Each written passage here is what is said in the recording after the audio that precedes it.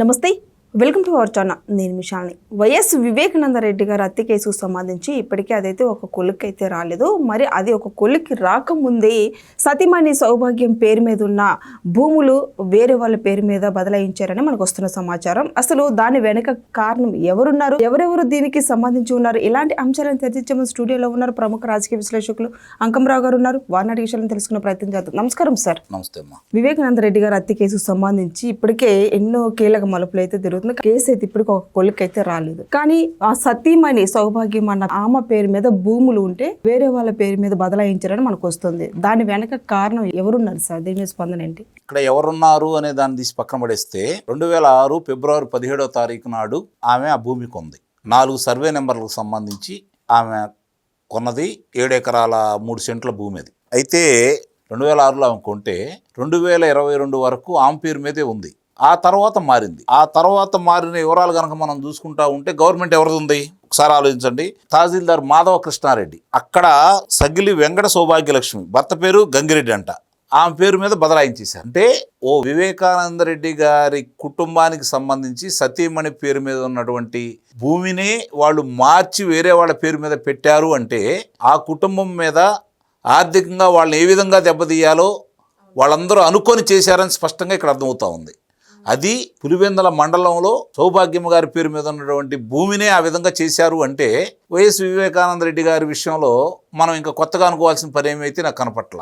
అంటే ఆ కుటుంబాన్ని మీద ఎంత కక్ష కట్టారో ఇక్కడ అర్థమైపోతా ఉంది కదా. ఇప్పుడు 351A కాడి నుంచి మొదలు పెట్టుకొని 354 వరకు ఆ సర్వే నెంబర్లకు సంబంధించి 7 ఎకరాల 3 సెంట్ల భూమిని ఆమె పేరు మీద ఉన్నది ఆ భూమిని వేరే వాళ్ళ పేరు మీద పెట్టారు. అంటే అది కూడా జగన్మోహన్ రెడ్డి గారి పిన్ని గారి పొలాన్ని చేశారు. అంటే ఆ గవర్నమెంట్లో ఎవరి అండదండ లేకుండా చేయగలరా?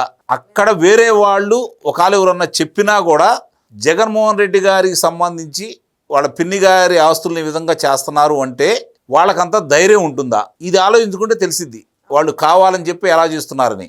ఒకేపేమో కుమార్తె, ఆమెమో వివేకానంద రెడ్డి గారి హత్యకు సంబంధించి వాస్తవాలు వెలుగు చూపటం కోసం, దోషులకు శిక్షలు వేయించడం కోసం ఆమె సుప్రీంకోర్టు దాకా ప్రతి గడప ఎక్కి దిగుతానే ఉంది. కానీ అక్కడ న్యాయం జరగట్లేదు. చివరికి ఈ విధంగా ఆస్తులు అంటే దీన్ని బట్టి ఆంధ్ర రాష్ట్ర ప్రజలందరూ ఆలోచించుకోవాల్సింది ఏంటంటే ల్యాండ్ టైటిల్ యాక్ట్ రాకతలికే ఈ విధంగా భూములు కొట్టేశారు.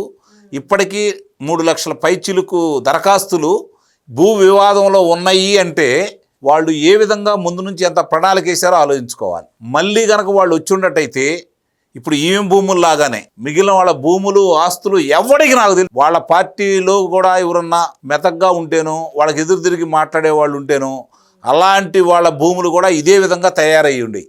కాబట్టి అంటే వాళ్ళు ఇవన్నీ ముందుగానే ఆలోచించే ల్యాండ్ టైటిల్ యాక్ట్ కేంద్రం ఇచ్చిన దానికి అంటే వాళ్ళు కొన్ని సూచనలతోటి పంపించిన దానికి విరుద్ధంగా వాళ్ళు ఎందుకు రావాలనుకున్నారు అంటే ఇదే కారణం. ఈ 2022 వరకు ఆమె పేరు మీద ఉండయి ఆ గవర్నమెంట్లో మార్చారు అని ఇప్పుడు వాళ్ళు చూసుకుంటే అర్థమైపోతుంది. అంటే దీని ఎంత ధైర్యం కావాలి అతనికి.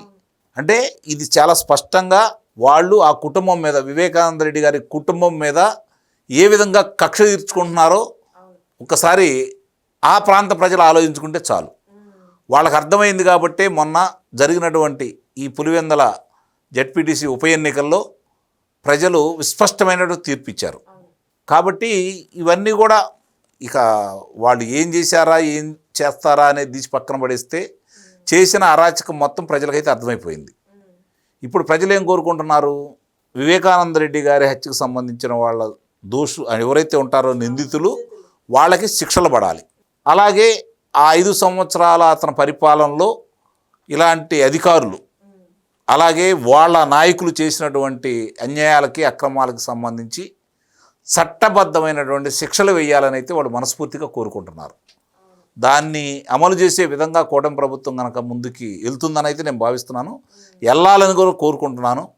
కారణం ఏంటంటే అన్ని అంశాలన్నీ ముడిపడి ఉన్నాయి కాబట్టి ఒక్కొక్క అంశాలన్నీ కూడా వెలుగు చూస్తూ ఉంటే అంటే వారానికి ఒకటి కొత్తది కుంభకోణం బయటకు వస్తూ ఉంది. మరి ఇవన్నీ కూడా సమర్థవంతంగా వాళ్ళు చేసినాయి కాబట్టి దాన్ని సరిదిద్దే కార్యక్రమం మాత్రం ఇప్పుడిప్పుడే మొదలుపెట్టారు. దాన్ని పూర్తి చేసి ముఖ్యంగా ఆనాటి దోషులకి శిక్షలు ఇస్తేనే ఈ సమాజం మీకు ఇచ్చినటువంటి 164 స్థానాలకి న్యాయం జరుగుతుందని అయితే నేను భావిస్తాను. సార్, ఈ కేసుకు సంబంధించి ఇప్పుడు సునీత రెడ్డి గారు అయితే పోరాటం చేస్తుంది. మరి ఈ పోరాటంలోపు ఇప్పుడు వాళ్ళ అమ్మ ఆస్తులు కూడా స్వాధీనం చేసుకున్నారు. మరి దీని మీద ఎలాంటి చర్యలు తీసుకోబోతుంది సునీత రెడ్డి? ఇప్పుడు మొన్న దీని మీద భూములు కబ్జా చేసిన వాళ్ళ మీద కొత్త చట్టం తీసుకొచ్చారు. మొన్నే అనగానే సత్యప్రసాద్ గారు బయటపెట్టారు, రెవెన్యూ శాఖ మంత్రి గారు. 10 నుంచి 12 సంవత్సరాలు జైలు శిక్ష కూడా పడే విధంగా నిస్సందేహంగా ఒక 5-6 గనక నిరూపితమైన వాళ్ళందరూ గనక శిక్షలు వేయించగలిగితే మిగిలిన వాళ్ళందరూ దావలోకి వస్తారు. ఈ భూములు తిరిగి ఆమెకి బదిలీ అయ్యేటట్టుగా ఈ ప్రభుత్వం అయితే చేస్తుందని అయితే నేను నిస్సందేహంగా చెప్పగలను. అందుట్లో అనుమానం ఏం లేదు. సరే, సునీత గారు చేసే పోరాటం రాష్ట్ర ప్రభుత్వం చేతిలో లేదు కాబట్టి, విచారణ సంస్థలో రాష్ట్ర ప్రభుత్వం చేయట్లేదు కాబట్టి, సిబిఐ వాళ్ళు రాష్ట్ర ప్రభుత్వాన్ని దాన్ని అడిగితే, గతంలో అవినాష్ రెడ్డిని అదుపు చేయడానికి కర్నూలు వెళ్ళినప్పుడు రాష్ట్ర ప్రభుత్వం చేతులు ఎత్తేసింది కాబట్టి ఈ ప్రభుత్వం సహాయం చేసింది. అంతకంటే వీళ్ళు చేయగలిగింది అయితే ఏం లేదు కదా. సహాయం అంటే వాళ్ళకేదో చేయరు, చట్టంగా వాళ్ళు చేసుకునే పనికి వీళ్ళు సహకరిస్తారు.